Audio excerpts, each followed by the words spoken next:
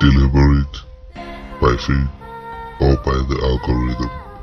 Welcome to the SIC, the Self-Improvement Channel. We are going to try and change our lives for the better, referencing the greatest philosophers and speakers of our time, particularly the Honorable Jim Rohn and the Honorable Napoleon Hill. Now let's get into it. Here's the big challenge of life. You can have more than you've got because you can become more than you are. That's the challenge.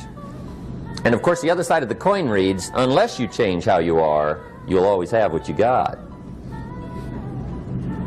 I have found in my experience that income does not far exceed personal development.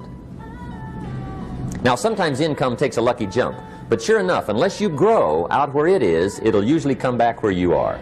Life has strange ways. If somebody hands you $1 million, best you become a millionaire quickly, so you get to keep the money. Otherwise, sure enough, it'll disappear. Somebody once said, if you took all the money in the world, divided it up equally among everybody, it would soon all be back in the same pockets. Incredible. Success is something you attract, not something you pursue. Success is looking for a good place to stay. So instead of going after it, you work on yourself. Personal development. See, the major question to ask on the job is not what are you getting? The major question to ask on the job is what are you becoming? See, the big question is not what am I getting paid here? The big question is what am I becoming here? Because true happiness is not contained in what you get. Happiness is contained in what you become. So that's our major subject for tonight, personal development. Of all the assignments Mr. Schoaf gave me at age 25, this was probably the most difficult. In fact, I'm still working on this one. I think it's an unending challenge to see what you can become. The next subject is called Basic Laws. And it's good to study the basics.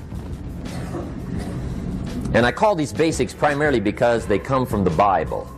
Now, I'm not a theologian or a minister, and that'll be apparent. But Mr. Schoaf taught me that the Bible was a good textbook for ideas and stories and success equations, how to live the better life. I found out that was true. He also taught me that the Bible is as practical as it is spiritual, and I found out that's true. If you look at your bank account and your income and you're not happy, there are several places in the Bible to check to see what the heck's wrong so you can make the changes. And we're going to cover some of those tonight, called basics. Okay.